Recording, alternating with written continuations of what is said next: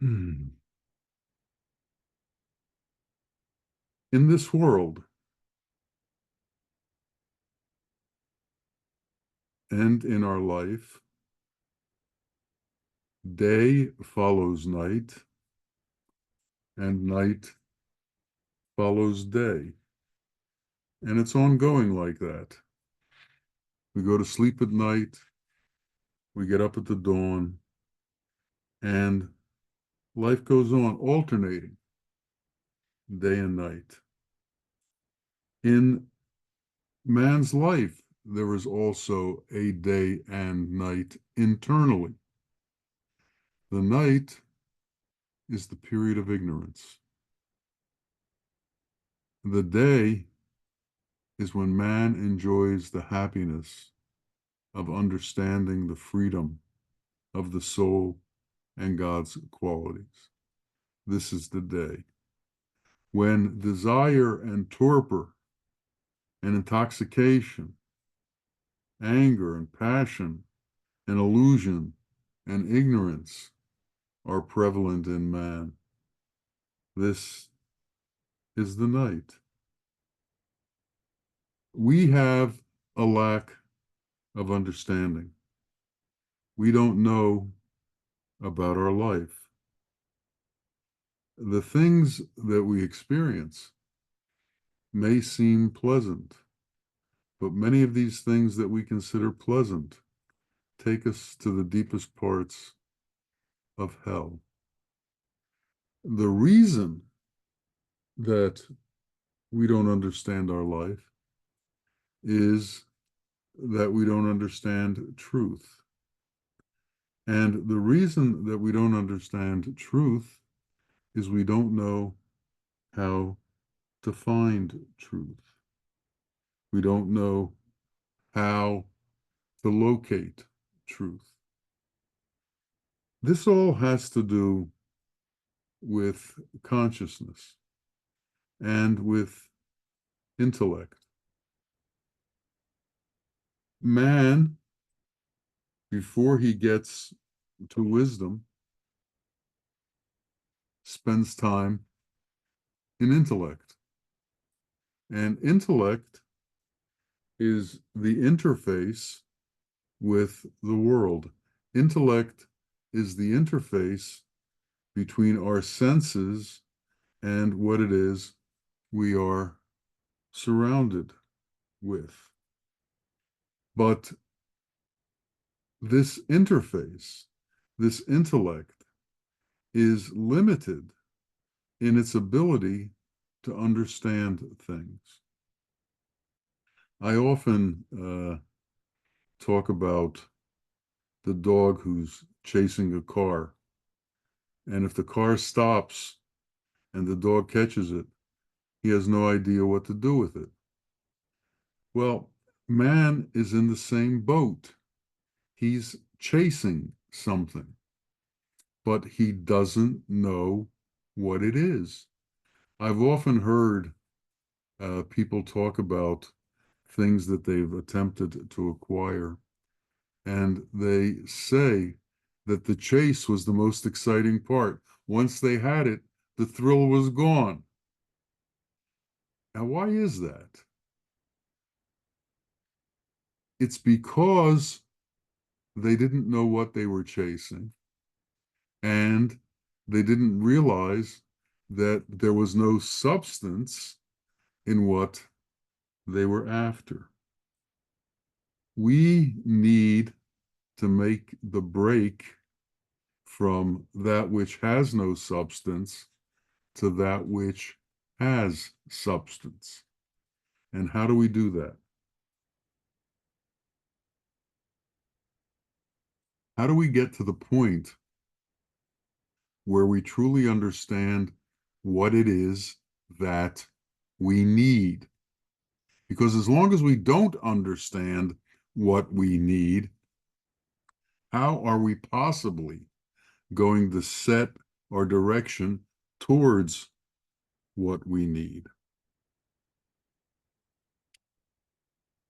This lack of understanding takes us down many wrong paths and in many wrong directions. And what we call the time of day when wisdom dawns, when wisdom becomes clear, can't happen unless we have a focus on wisdom, unless we have an inclination of what wisdom is about and how wisdom comes into our being, unless we have an understanding on how to acquire wisdom. It begins with acknowledging the existence of God, with the understanding that God is one. He was one in the beginning, he's one now, he'll always be one, and everything is contained within that one. All of the secrets are contained within that one. All true knowledge is in that one. And he will always be that one. And all of everything is within him. If we want to understand wisdom, or as some of the scholars call it, gnosis, we have to understand the relationship between ourselves and God, and understand that wisdom comes to us through God. Now, in Bawa's first book that was brought into the United States, the opening chapter is about the 7 levels of consciousness. And he talks about intellect being the culmination of sense and awareness, or the 3rd level of consciousness. Intellect is right before discernment, which begins to differentiate between what is true and what is false. The intellect is capable of accepting so many untruths, so many things that are false. And interestingly enough, religion is at the state of philosophy, which is at the highest level of intellect, which means within religion, there is an enormous number of falsehoods. There is an enormous number of things that take you not to the truth, but away from the truth. And what we have to do is begin to understand how to bring ourselves towards the truth. If something is dirty and we want to clean it, we wash it. And it's the same with ourselves. We have to wash ourselves clean of the qualities that are not exalted, clean of the qualities that are not godly. Something becomes clean only when the dirt is washed away. Light dispels darkness. But to understand light, we have to understand how to bring light into our being. We have to understand that there is a pathway towards light and a pathway away from light. It begins with faith in God and understanding the nature of God and understanding the qualities of God, and understanding that in order for us to have the light that is God's light, we have to become like unto God. We have to make an effort to become godly. And how is this done? Well, it's done through God's mercy. And God has created a merciful way for us to accomplish this. He is certain qualities. He is, for instance, mercy. He is compassion. He is love. He is justice. He has also given to man the ability to partake in his qualities. So he is justice, and man can become justice. He is mercy, and man can become merciful. Imagine that God has made it so that you can partake in that which he partakes. What can be higher than to be given the gift of God's godliness? What can be higher than to be given the gift of God's essence? And God has made this gift available to all men. And when we take on this gift and we realize that we have to imbibe this gift and we have to make it part of who we are, and then we actively act on it, that is what releases the light within us. We have to remember God is an effulgence. Effulgence means a light, but it's not just an ordinary light. It's a light that gives off rays. And this effulgence that is God, the rays that God gives off, are what became the souls. So man is different than the rest of creation because man has God within him from the beginning, from the point of creation. So the creation for man is not the soul. The soul has been part of that one forever. The creation for man is this body.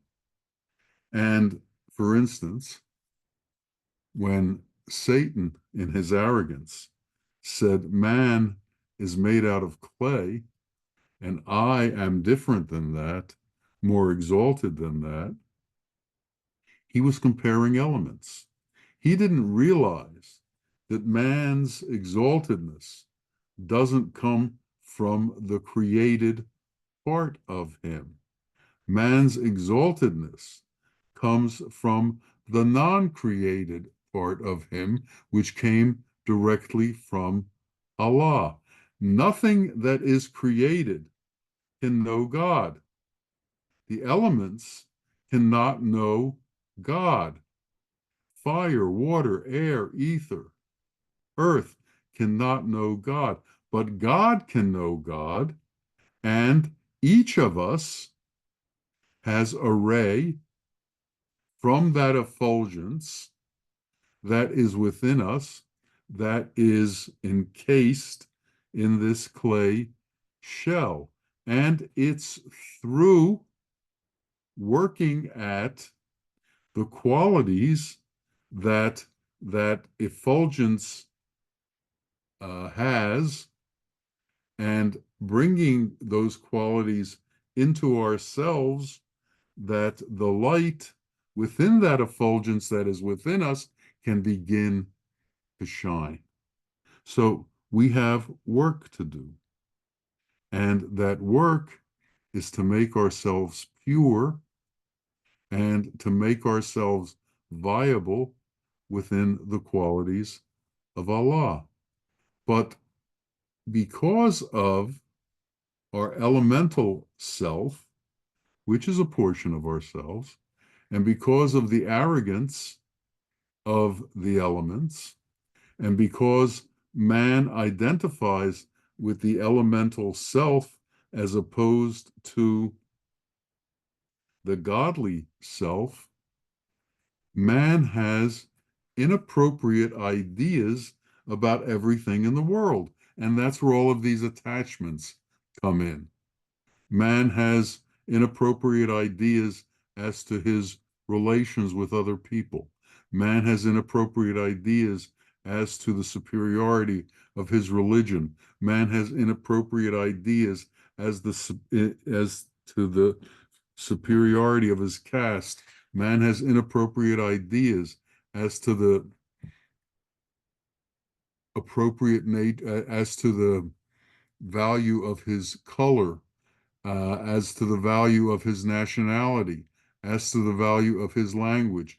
Man sees differences as long as he stays within the created part, which is the shell. And as long as these differences come out within man, man is not mentally competent. He's incompetent because he doesn't know the truth. He doesn't know integrity. He doesn't know justice. He doesn't know mercy. He doesn't know compassion. He is centered on himself and making himself larger, making himself more important. And as long as the focus is on the self, that means the focus is not on God. And if the focus is not on God, then the focus is not on God's qualities. And if the focus is not on God's qualities, we can't become pure because the elements aren't pure. And if we spend our time working on the elements, we're spending our time on impurity and making impurity more important in our life. And as long as we are impure, we have no idea what it is that we need to become pure. We have no idea what it is that we're looking for. So we're like the dog chasing the car. We don't know why, and we don't know what to do with it when we get it.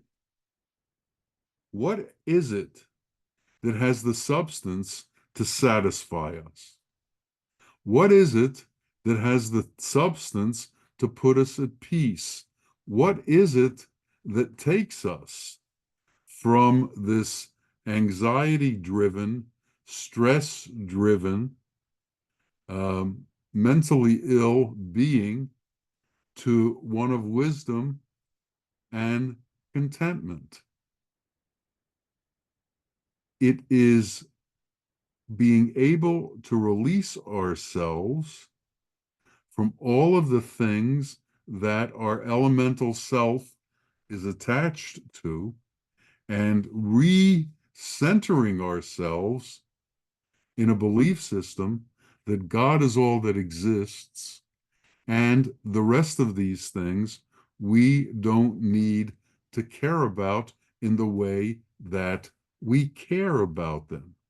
But what happens is, in our life, we care about small, insignificant things in a way that puts aside the important things.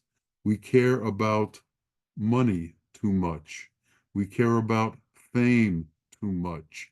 We care about respect too much. We care about honor too much. We care about titles too much. We care about our relationships too much. What we need to understand is what we need to care about is what is the state of our mercy? How often do we ask ourselves that question? What is the state of our compassion? How often do we ask ourselves that question? What is the state of our love? How often do we ask ourselves that question? What is the state of our integrity?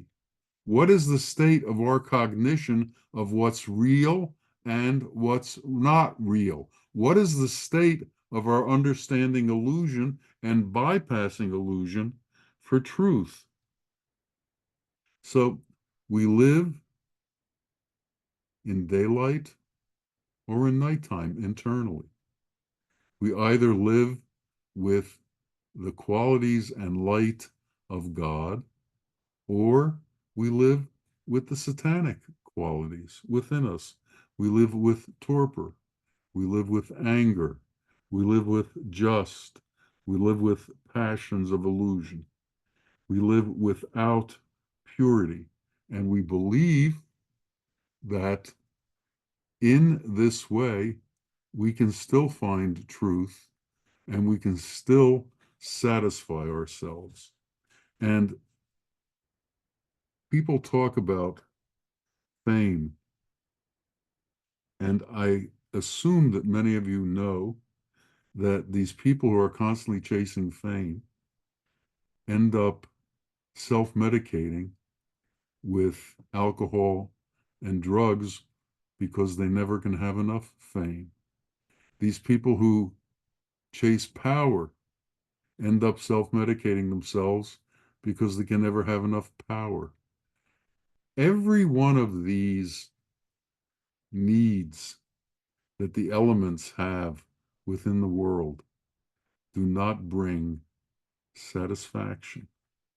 The only thing that's going to bring satisfaction is the treasure of God's tranquility, the treasure of God's peace, the treasure of God's contentment.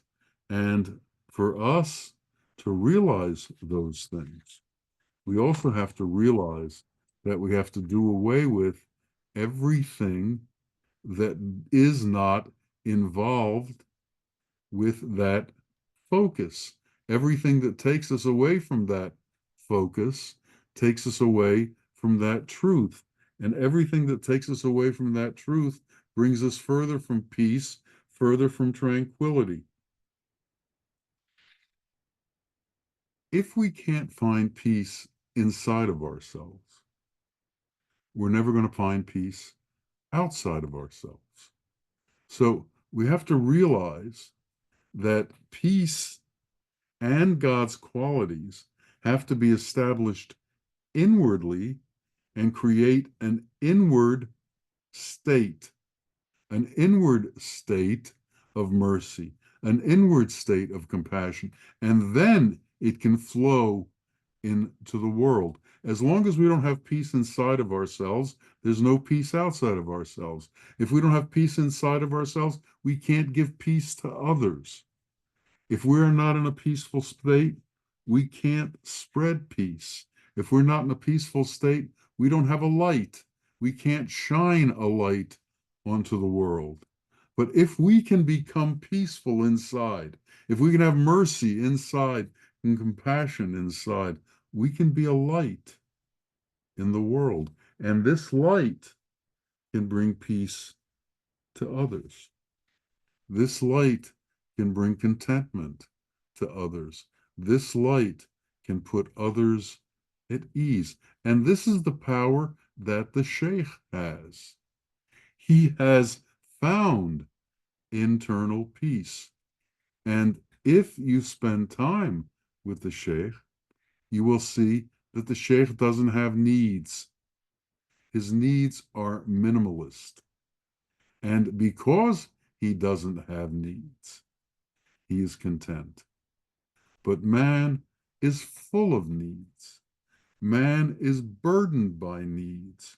Man is made stressful by needs. Man is full of anxiety because of needs. Man is constantly thinking, how will I get this? Mind and desire. Desire wants, mind tries to manipulate the world so that the desire is fulfilled. And as long as we're caught in that mind and desire uh, conundrum, there's no end to it, because desire is constantly thinking of new things to get, and mind is constantly working on how to get these things. It is only when we cut this off and we cut off that constant need to bring new things into our life, to collect, to hoard, to be able to get more and more of something, that when we understand that, can we finally find some peace? How come a rich man never has enough money? How come a famous man never has enough fame? How come a powerful man never has enough power? Why did Hitler have to invade Russia? What brought it about? It caused his own demise. Why did Napoleon have to invade Russia? It brought about his demise. He didn't have enough power. He couldn't get enough power. Only when we shine the light of wisdom on all of these needs will these needs dissipate and disappear. Only when we shine the light of wisdom on our inner self can we see the dirt that is within us and what it is that needs to be cleansed and what it is that needs to be cleaned. And how do we clean it? By understanding the nature of God's qualities, God's actions, and strong faith in God. And how do we learn this? We learn this by watching the Sheikh's actions, by watching the Sheikh's qualities. He is a gift that is given to humanity as a manifestation of what it's like for God's qualities to be within man, so that we can see that and emulate that, so we can see that and imitate that, so that we can identify with that and understand the positive nature of becoming that.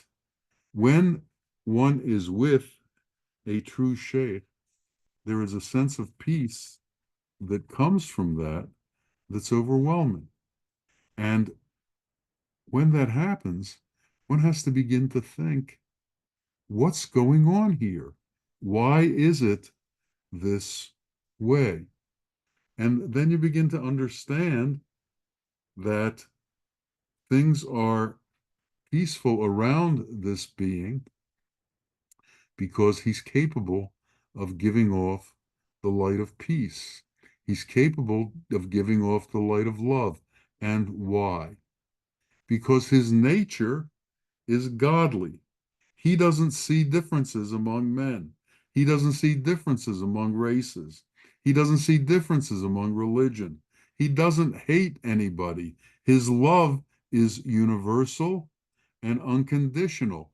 And he maintains this unconditional love under all conditions. He doesn't get angry. He doesn't react. He absorbs and does his duty. Can we get to the state where we don't react, where we absorb and do our duty, where we are at a state of calmness, at a state of tranquility, a state of peace? If this begins to happen to us, it means that we have transferred from intellect to the state of wisdom. First, there's differentiation, which tells us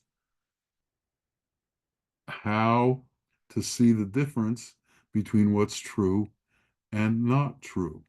Wisdom then attaches itself to truth. So we have wisdom, and divine luminous wisdom.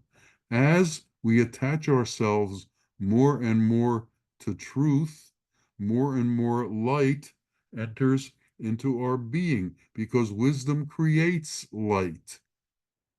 Wisdom creates maturity. And what is maturity? A fruit that is not mature has no taste. It is raw. But when it becomes mature, the taste within it has come to fruition.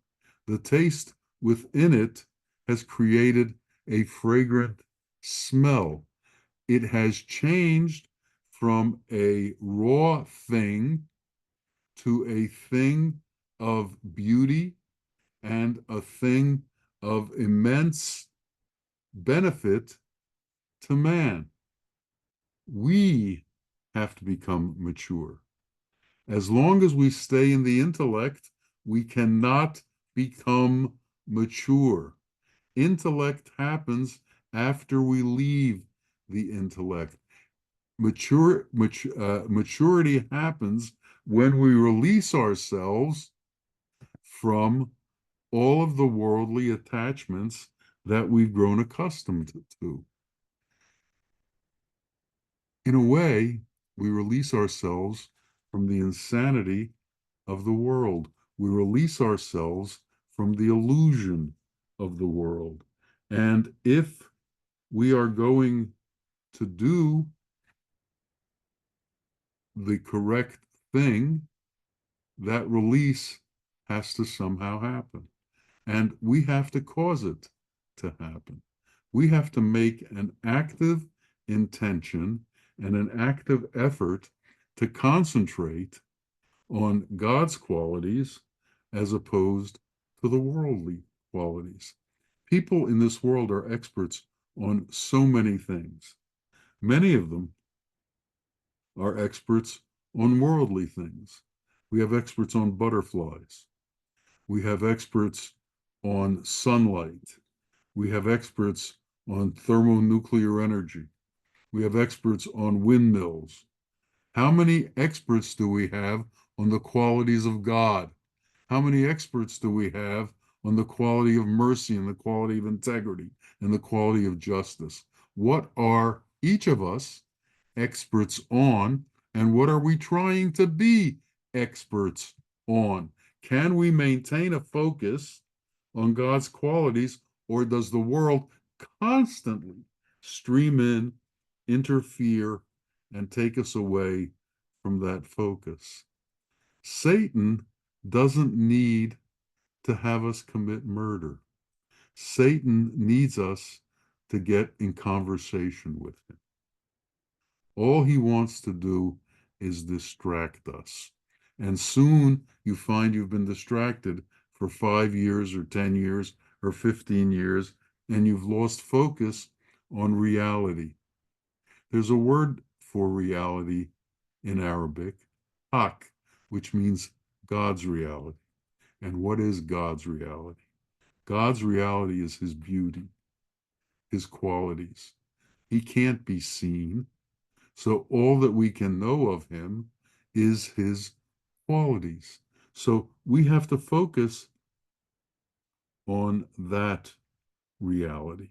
We have to focus on understanding that nature. What does maturity mean?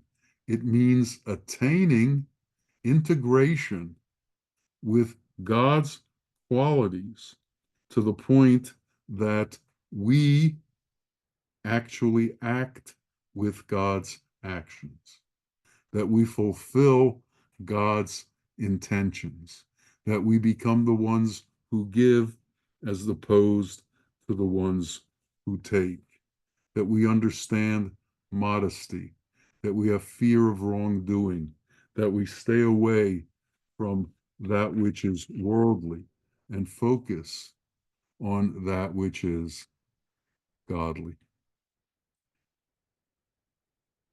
There comes a time when each of us has to go and we leave this mortal shell. We go alone, and all of the ones who were so dependent on us cry for a day or two, and then they're done. We're done, and they go on with their own lives. And we must remember this. We must remember that our life is fleeting, and everybody else has to maintain their life with or without us. So what we need to do is become mature so that we can accept each phase of our existence and correctly move forward towards reality. Wise men see things in the world differently than ordinary men. When wise men look at things, they look at the point that they can relate to God. When ordinary men look at things, they look at what can cause them pleasure according to their intellect. Some people look at music and they find pleasure from music. Some people look at acting and they find pleasure from acting. Some people find singing or dancing pleasurable. What is it? What is it that stops us from doing that? It's the narrowness of our vision.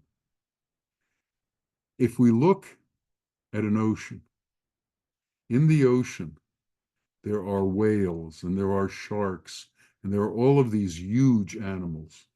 But in rivers, these things don't exist. There are no whales in rivers. The water isn't deep enough. The water can't hold them. We need to go beyond the narrowness and the confinement of a river and enter into the open space of the ocean. All of the rivers flow into the ocean.